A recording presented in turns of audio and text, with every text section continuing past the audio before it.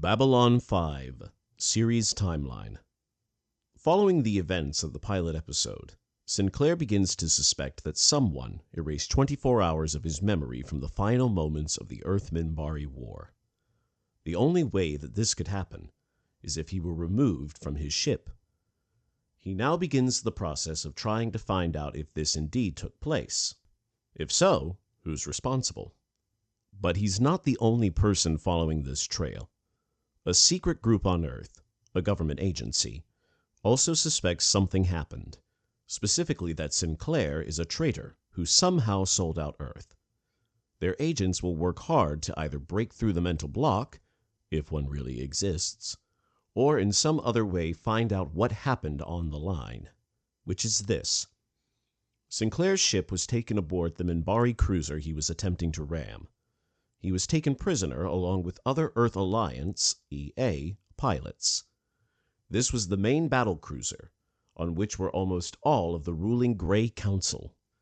They had come to oversee the final stages of the war, and the coming occupation and rule of Earth, or its destruction, should Earth choose not to surrender. One member of the Grey Council had a revelation, that one of the captured pilots was more than he seemed, that an ancient prophecy concerning the very survival of the Minbari race was coming into fruition. The Minbari are a dying race. Their population is decreasing. Their cities are crumbling. Each generation their children are born weaker, more fragile, all as was prophesied. But one outsider was foretold as being able to save the Minbari, give it a new birth. At least, that is one interpretation of the prophecy. Another reading of the same text leads others to believe that this outsider could cause the destruction of the Minbari race. The Grey Council members insist that the outsider in question is Sinclair. He must be released and allowed to go on his way, to find his destiny. To do that, the Minbari must surrender, allowing Earth's future history to go unimpeded. The military leaders strongly disagreed, and there was a falling out between them, capped by the suicide of the leader of the military caste, and the desertion of a small but dedicated group of his followers, one of whom was responsible for the attack on B5 and Sinclair in the pilot movie. In order to avoid interfering with his destiny, the Grey Council wiped Sinclair's memory of all of this, put him back in his ship, and surrendered. His progress since then has been monitored from afar by the Minbari and their agents. Meanwhile, the Earth Alliance, almost obliterated in the course of the war, began the Babylon Project as a means of preventing future wars. Babylons 1, 2, and 3 were sabotaged and destroyed during construction, each time by a different group. Babylon 4 vanished mysteriously. When Babylon 5 was finally completed, the search was begun for someone to run the place. The Minbari, as participants in the last war, were first to sign on to the station as co-sponsors. Their condition for participation? Approval over who was hired to run it. They eliminated one name after another, starting with ambassadors and generals, and working their way further and further down the ranks until finally getting to the name of a commander who had distinguished himself during the war, but who since then had largely dropped from sight. Commander Jeffrey Sinclair. This was the name they finally selected. The Minbari want Sinclair where they can keep an eye on him. They also feel that this role will be conducive to his achieving his destiny. But there are still factors within the Minbari government who don't entirely agree with Sinclair's possible role. If the Grey Council are right, then yes, he could be the one who helps their race find renewal. But if they're wrong, he could be the one to cause their own personal Ragnarok. For that reason, they selected Delenn as ambassador to Babylon 5. His mission is to help Sinclair if he goes in one direction, to kill him if he goes in another direction. The new birth of the Minbari race and the dawn of the third age of mankind turns out to be a very literal one, a melding of the human and Minbari races through a child conceived by Delenn and Sinclair. This will be facilitated by Delenn undergoing a series of genetic manipulations designed to make her more human and able to mate with Sinclair. The Great Council believes that their offspring will unify the human and Minbari races and lead both into a new golden age. This change takes place as a first-season cliffhanger. This is a troubling development to many of the Minbari. As a race, they put a premium on their own version of ethnic purity. This will be seen by many of them as the ultimate act of betrayal. But other forces are at work at the same time. One such force leads to the assassination of the Earth Alliance president, who is replaced by someone less sympathetic to B5's cause. Londo misses the grand days of empire that characterized the Centauri Republic. He'd give anything to restore that. He also sees the Narns as a real threat. He knows what his own people did to them at one time, and it's not hard to guess what they'd like to do to the Centauri in return, or any other group that got in their way. And G'Kar's goal is to keep everyone at each other's throats. His worst-case scenario is to see others getting together to form a power that could endanger his world again. Londo finds his opportunity in the gradual introduction of a new race, which we will tentatively call the Shadow Men. Name will change later. They will slowly make themselves known in the series, though we won't actually see them for a long time. They save Londo's neck at one point, bailing him out of a crisis and making him look good at home. They gradually draw him to their side, offering in exchange for his cooperation the prospect of restored glory for beloved empire, and a grand position for himself within the empire. At the end of the second season, beginning of the third, we discover the secret of the Vorlons when Sinclair's life is endangered during a fight in the Central Core shuttle. He's kicked out of the shuttle and begins falling, slowly at first, but he gains speed as he moves away from the center, toward real gravity. There's no time for anyone to get a pack and rescue him. Delenn, the only other person up until now to know what a Vorlon is, as hinted at by the nod to Kosh in the reception party in the pilot, suggests that if Kosh is going to do something, it should be now. Aside, the arrival of a Vorlon at Babylon 5 was further proof to the Great Council that they were right.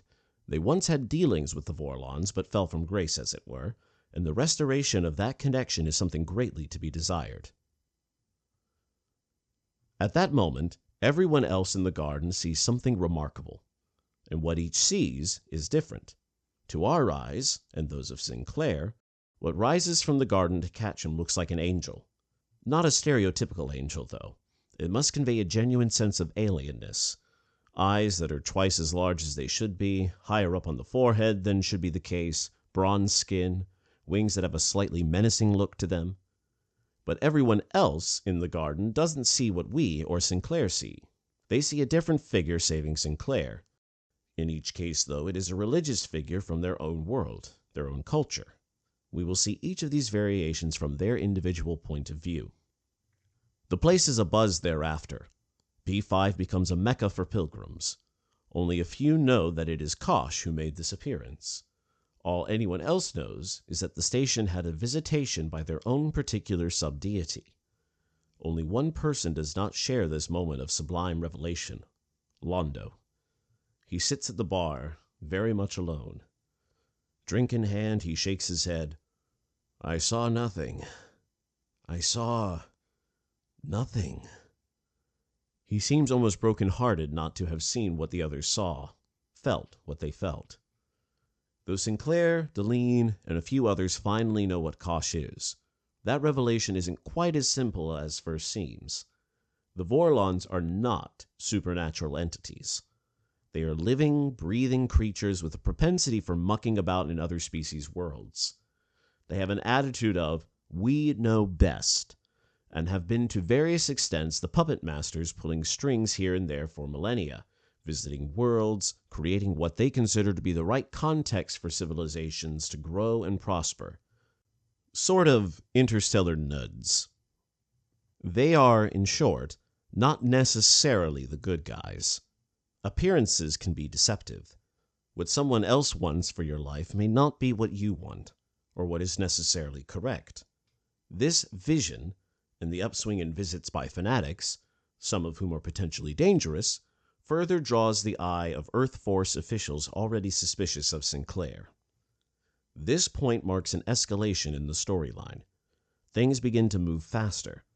We discover, over the first few seasons, that the Psi Corps is not the benign organization it seemed at first. They are the ones who pull the strings that move the government. They know all the secrets, have much of the power, and they're trying to consolidate that. Meanwhile, the Shadow Men intensify their recruitment. They offer Londo something he can't resist, something that will make his career. They will make the Narn homeworld a gift to Centauri Republic. They will hand the Centauri the entire Narn Empire on a silver platter.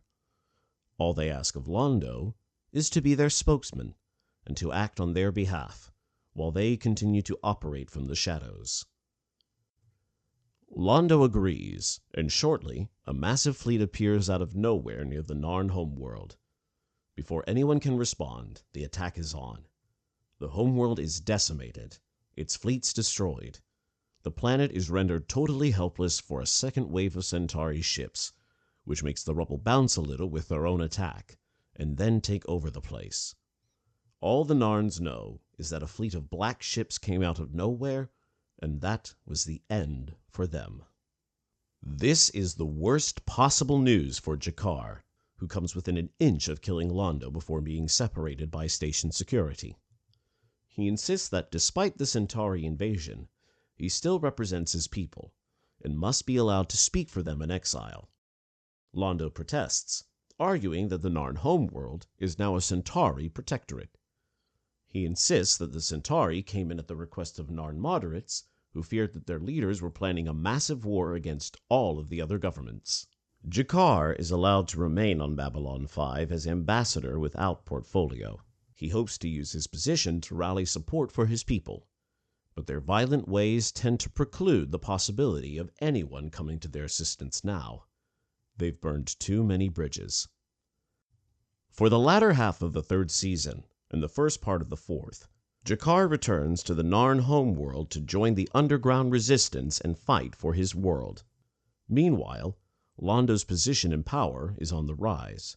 He is surrounded by flunkies and plenipotentiaries who cater to his whims as he plans the moment when he can return to Centauri Prime as its leader.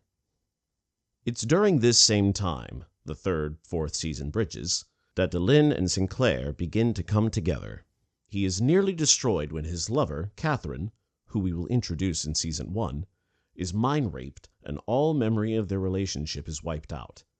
The only way he can restore her memory is to do the same thing to her all over again, put her through what is essentially a mind rape, and he can't bring himself to do that. It's a very vulnerable moment for him, and it's now when Delenn makes her move. They begin to come together. By the end of Season 4, they are lovers, and Delenn is pregnant with their child. Also, during the Season 3-4 bridge, Garibaldi will begin to slip back into his drinking problem. It will cause him to throw down his badge and resign as Chief of Babylon 5 Security for most of Season 4, coming back only at the very end of that season, when he is most needed. In the intervening period, he will be a mercenary for hire operating out of the B5 Bazaar. A quick aside. In a Season 1 story, the Babylon 5 sensors will pick up a disturbance some distance away from the station, deep in space. Distress calls, scrambled by static, quickly follow. When they investigate and find that Babylon 4 has reappeared as suddenly and mysteriously as it vanished. It seems to have jumped forward in time. It's phasing in and out of existence, caught between here and its eventual destination, wherever and whenever that is. Sinclair and the rest hurry aboard to try and evacuate the people who were still on board when it originally vanished. During this time, they keep seeing an apparition, a man in a life suit trying to signal to them. Who it is, we can't tell, because his face and head are covered with a breather unit, and because he keeps phasing in and out of view. They can't quite communicate with him. They barely manage to evacuate everyone before Babylon 4 finally phases out of existence completely, continuing on its journey to the future. At that moment, we, the viewer, see a shot inside the station as the mysterious figure removes his breather unit, and we see that it is Sinclair, older, his hair white in places, a scar running the length of his face. He is in despair. "I tried to tell them, to warn them," he says, "but it happened just the way I remembered it. Just the way I remembered it." Then a woman's hand falls on his shoulder, and we hear her say, "It's time. We have to go." And with that, Babylon 4 vanishes again, continuing on its way. The Shadow Men are revealed physically in Season 4 to be dark, demonic-looking things. But once again, appearances may be deceiving. They have fought for millennia against the influence of the Vorlons, fought to keep worlds free of their meddling. At least, that's their line, and we'll gradually discover that it's true, but only as far as it goes. They have their own agenda, one that includes ruling everything in sight. It's the line about those who would save us from communism also being quick to save us from democracy and for fascism. All of which comes to a head in Season 5, with the return of G'Kar, who reveals Londo's complicity and the Shadow Men intervention. At the same time, the Minbari military caste, growing ever more worried about the way this is going, stage a coup and take control from the Grey Council. They order the exile of all council members, the death of Sinclair and Delenn, and a resumption of hostilities against Earth. Londo assumes control of Babylon 5's sector of space in the name of the Centauri Republic. Earth contests this claim, and we break off relations with the Centauri.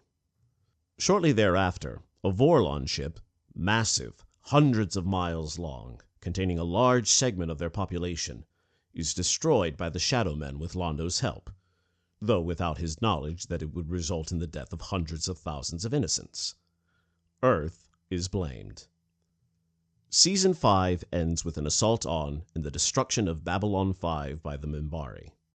Sinclair and Delenn manage to escape with their newborn child as the station explodes behind them. They are now wanted by everyone in the galaxy, it would seem. By Earth, which has been given information leading them to believe that he is a traitor. By the ruling Minbari warrior caste, who want to eliminate what they believe is a threat to their own race. To some extent by Londo and the Centauri, because Sinclair knows, or at least suspects, who was truly responsible for the hundreds of thousands of Vorlon deaths, and by the Vorlons for presumably being one of those involved in the conspiracy. This ends the story of Babylon 5.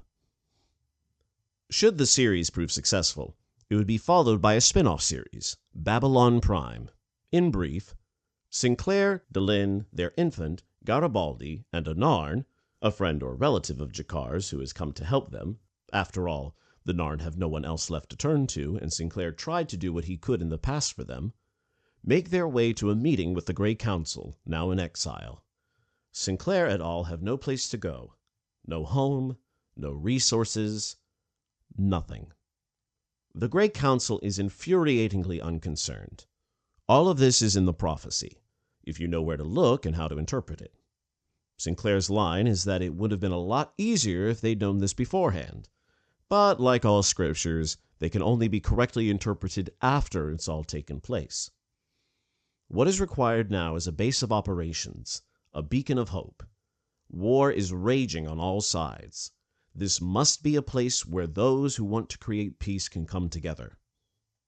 They are able to pull Babylon 4 forward in time, and this will be their base of operations, because B4 was different than B5 in one respect. It had the capacity for movement. It is also a starship. Sinclair and Delenn supervised the attempt. They managed to get onto Babylon 4 and sound an alert, hoping to get everyone off the station. Before everyone can evacuate, however, the time field, which is terribly unstable, rips them forward.